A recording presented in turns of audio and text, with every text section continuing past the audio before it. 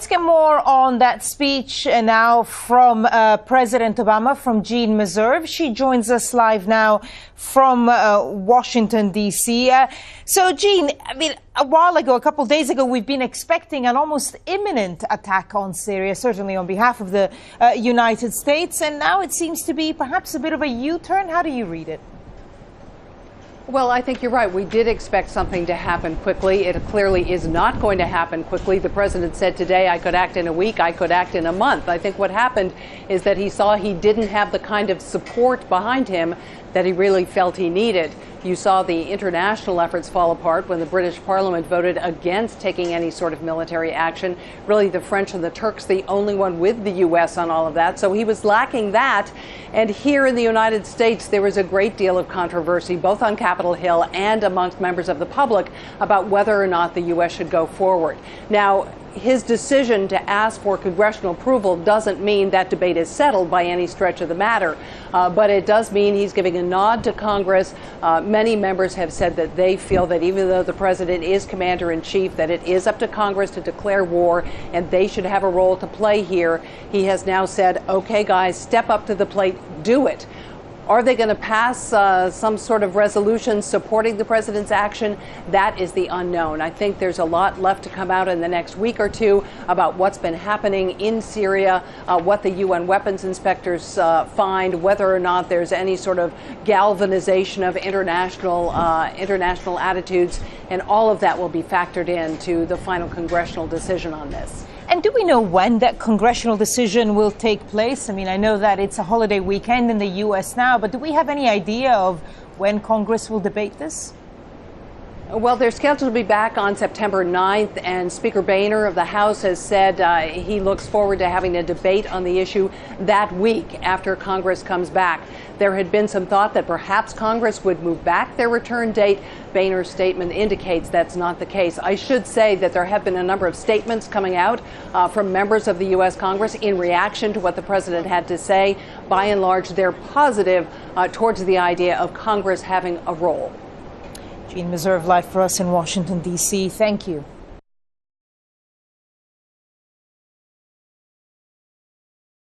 And those are some of the headlines. This is Democracy Now!, democracynow.org, The War and Peace Report. I'm Amy Goodman. An Egyptian court has sentenced 3 Al Jazeera journalists to between 7 and 10 years in prison.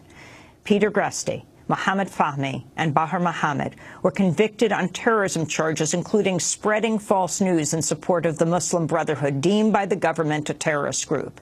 The 3 have been jailed since December in a case that stoked international outrage. The hashtag Free Al Jazeera staff is trending worldwide. The sentence came down one day after U.S. Secretary of State John Kerry met with Egypt's new president, the Army Chief General Abdel Fattah al-Sisi. Peter Gresti's brother, Mike Gresti, was in the Egyptian courtroom when the sentence came down. Wrong verdict. It's, I don't know how the judge came to that decision. I'd be very interested to hear his reasons for giving that verdict. It doesn't make any sense. Amnesty International decried the jail sentences, saying it was, quote, a dark day for media freedom in Egypt. The Australian Foreign Minister, Julie Bishop, also condemned the sentencing. Peter Gresti is a well-respected Australian journalist. He was in Egypt to report on the political situation. He was not there to support the Muslim Brotherhood.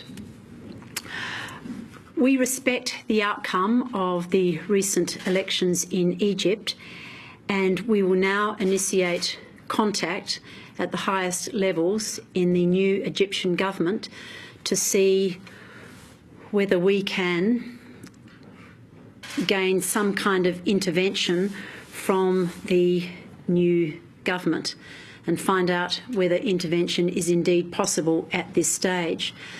I have spoken at length with Peter Gresti's parents. They are considering their legal options, including appeal options. We do not know how long an appeal process would take. But in the meantime, we will provide whatever consular assistance we can to Mr Gresti and, of course, to his family. We understand that Egypt has been through some very difficult times and there has been a great deal of turmoil in Egypt. But this kind of verdict does nothing to support Egypt's claim to be on a transition to democracy.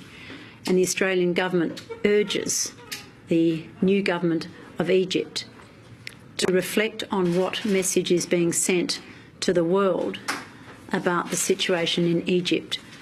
Freedom and freedom of the press is fundamental to a democracy, and we are deeply concerned that this verdict is part of a broader attempt to muzzle the media freedom that upholds democracies around the world. Australian Foreign Minister Julie Bishop condemning Egypt for sentencing 3 Al Jazeera journalists, Peter Greste, Mohammed Fahmy and Baher Mohammed, to between 7 and 10 years in prison. We go directly to Cairo, Egypt now, where we're joined by Adel Fahmy. He's the brother of journalist Mohammed Fahmy, an Egyptian-Canadian journalist who was Al Jazeera's acting Cairo bureau chief at the time of his arrest. And we're joined by Democracy Now! Video stream by Democracy Now! Correspondent Sharif Abdel-Quddus, who is in the courtroom today as well. Adel Fahmy, can you respond to the verdict of the court? Yeah, it was an absolute shock for all of us. We totally expected the opposite. Leading up to today, we had a lot of politicians gave us reason to be optimistic, or at least optimistic. And then to hear this was extremely traumatic to all of us. I can't even calm down. I'm still trying to calm down my parents. We have to start, of the coming steps. But it's very sad that what the judicial system has given as a verdict. It's a disgrace, and it shows that the judicial system. I think we just lost Adel. We will try to get him back. Sharif, you were there with the families, with the packed courtroom. Tell us what happened today. Well, what this ruling means is that in Egypt, journalism is a crime. The court found these 3 journalists guilty, giving Mohammed Fahmy and Peter Greste 7 years in prison, and Baher Mohammed as well, and adding a 3-year prison sentence onto Baher Mohammed for possessing an empty shell casing of a bullet, which he said was a souvenir, and so he has 10 years in prison. It was a really difficult time in the court today when the verdicts were read out. The family members were weeping, fellow colleagues, journalists were weeping. Mohammed Fahmy was pulled away, had to be hauled away by the police in the court as he was trying to shout to journalists and respond to this outrageous verdict. Peter Greste said nothing. He simply held up a closed fist in the air, and Baher Mohammed was shaking his head. This is the little margin of freedom of expression and freedom of the press that has been continually shrinking in Egypt took a very heavy blow today.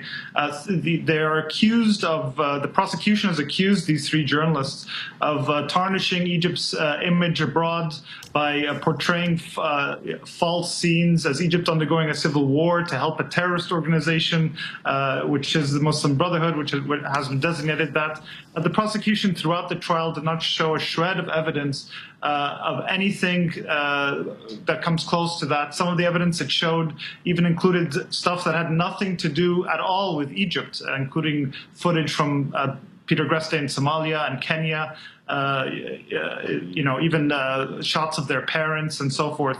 And so and essentially the court put journalism itself on trial. Many of the journalists today could have faced these same charges because they did nothing more than do their jobs, and Peter Greste himself was only in Egypt for a couple of weeks.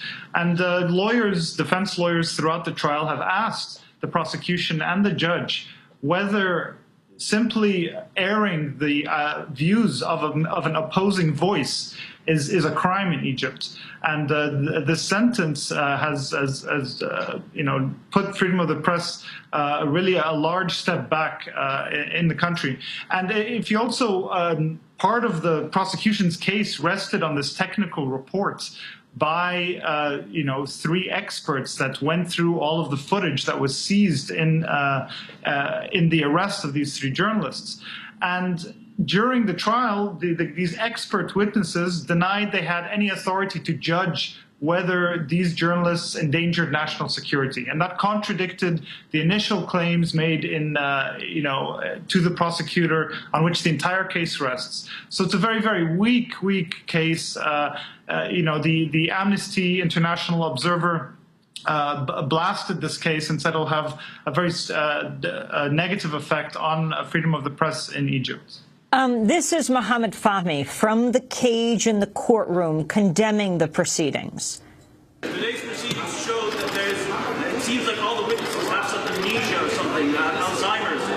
There's a lot of discrepancies in the documents and what they are saying themselves.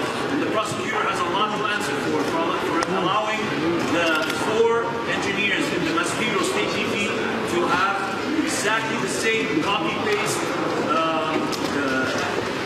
testimony that they have seen our video. That's Mohammed Fahmy speaking from the cage. As the sentence was read, Mohammed Fahmy also yelled out, "Where's John Kerry?" Again, a reference to Secretary of State's surprise visit to Egypt just the day before, just this weekend. Adel Fahmy is back with us. The significance of Secretary of State Kerry talking about the renewal of all aid to military aid to Egypt, as your brother and the other journalists have been convicted and sentenced to 7 to 10 years in prison, Adel. I think Egypt has to rethink how they're portraying themselves in front of the world.